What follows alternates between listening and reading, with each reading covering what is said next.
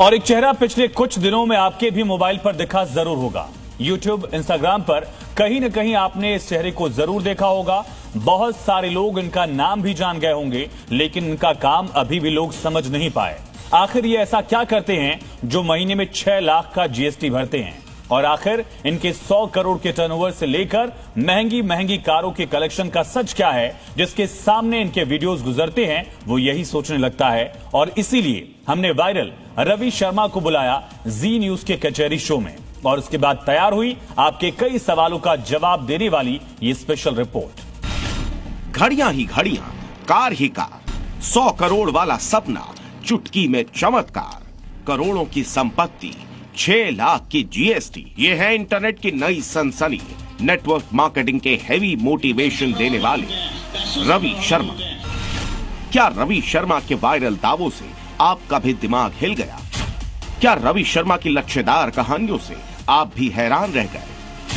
क्या आपको भी लगने लगा कि करोड़पति बनना कितना आसान है? क्या आप भी सोचने लगे कि आखिर ये आदमी है कौन, कहां मिलेगा? तो अब और ज्यादा सोचने या कंफ्यूज होने की जरूरत नहीं है, क्योंकि रवि शर्मा के वायरल दावों का जवाब जानने के लिए और उसे वेरीफाई करने के लिए हमारी टीम ने सीधे रवि को जी न्यूज कचहरी के कटघरे में बिठा दिया। रवि शर्मा, राजस्थान जयपुर से मैं बिलोंग करता हूं सर। मेरा नाम रवि शर्मा है। जिसके बाद हमने एक एक करके रवि शर्मा से कई सवाल पूछे, जिसे लेकर लोगों के मन में दुविधा और संदेह की स्थिति। आज की कचहरी की कार्रवाई प्रारंभ। रवि शर्मा का ये वीडियो 1 साल पहले आरसीएम से जुड़े एक यूट्यूब चैनल पर अपलोड किया गया। अब तक रवि की वैनिटी वैन तैयार हुई या नहीं, वो उसमें मीटिंग कर रहे हैं या फिर किराए के कमरे में, इसकी तो कोई खबर नहीं है। लेकिन लंबी लंबी बातें करने वाले रवि रुकने का नाम नहीं लेते। इसी कार्यक्रम में वो आगे इतना बड़ा दावा करते हैं जो शायद देश के बड़े बड़े कारोबारी भी नहीं करेंगे। हालांकि रवि के लिए ये दावा कोई बड़ी बात नहीं, क्योंकि यही रवि की लाइफस्टाइल है। इसी तरह से बड़े बड़े सपनों की लंबी लंबी बातें बेचते हैं रवि शर्मा। कोई भी ऐसा मंच नहीं जहां अपनी घड़ियों की कहानी नहीं सुनाते। लिमिटेड एडिशन वाली लाखों की घड़ियां खरीदने से पहले रवि शर्मा दूसरी बार नहीं सोचते।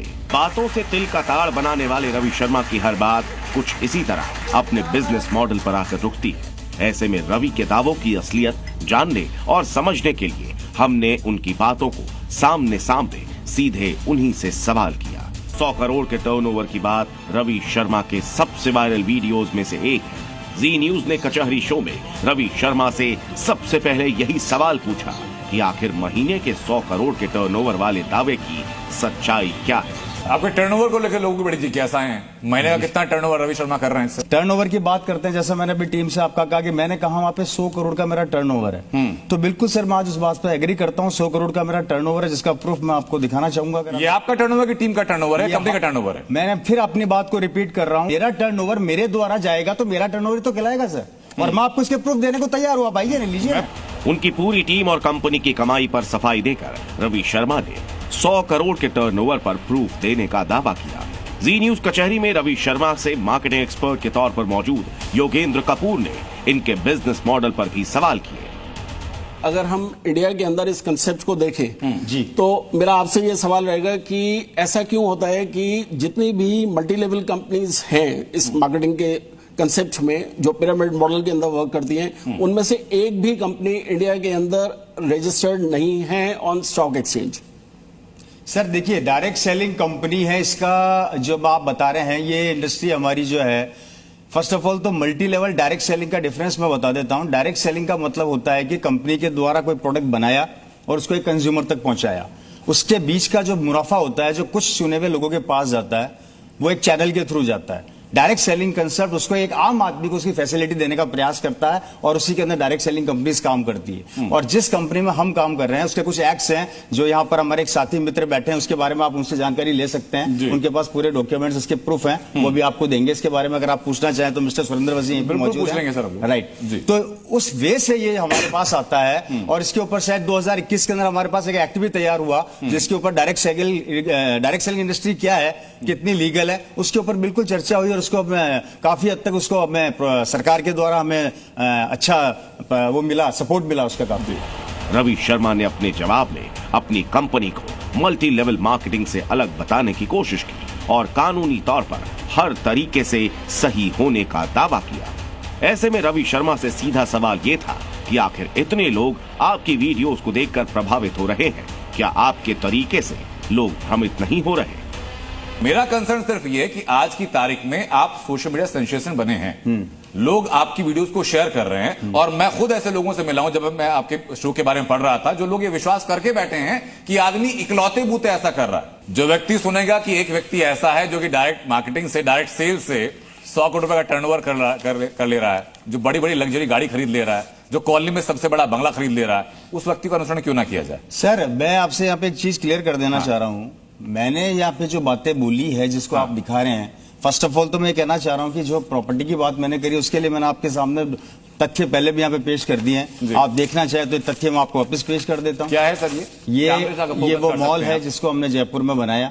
Right sir. इसको आप ओन करते हैं कि आपकी टीम है, आपकी कंपनी?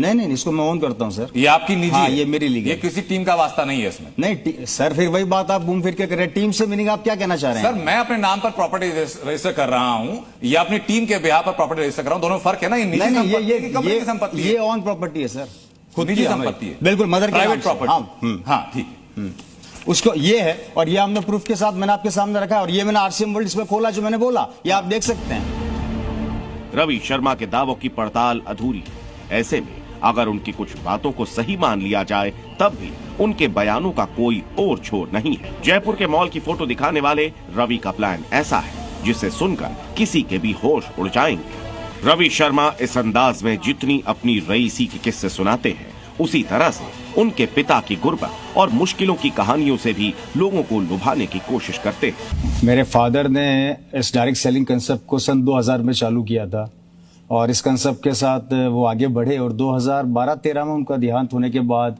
जैसा कि हमारे इस कंसेप्ट की एक नेचर है कि एक जनरेशन के बाद दूसरी जनरेशन में बिजनेस ट्रांसफर होता है, तो उसके बाद ये मेरे पास आया और तब से मैं इसको ऑन करने लगा। रवि शर्मा कई वीडियोस में बताते हैं कि कॉलेज जाने तक उनके पिता ओपी शर्मा के पास एक पैंट भी नहीं थी, लेकिन उनके पिता की जिद और आरसीएम के बिजनेस ने पूरे खानदान की जिंदगी बदल दी।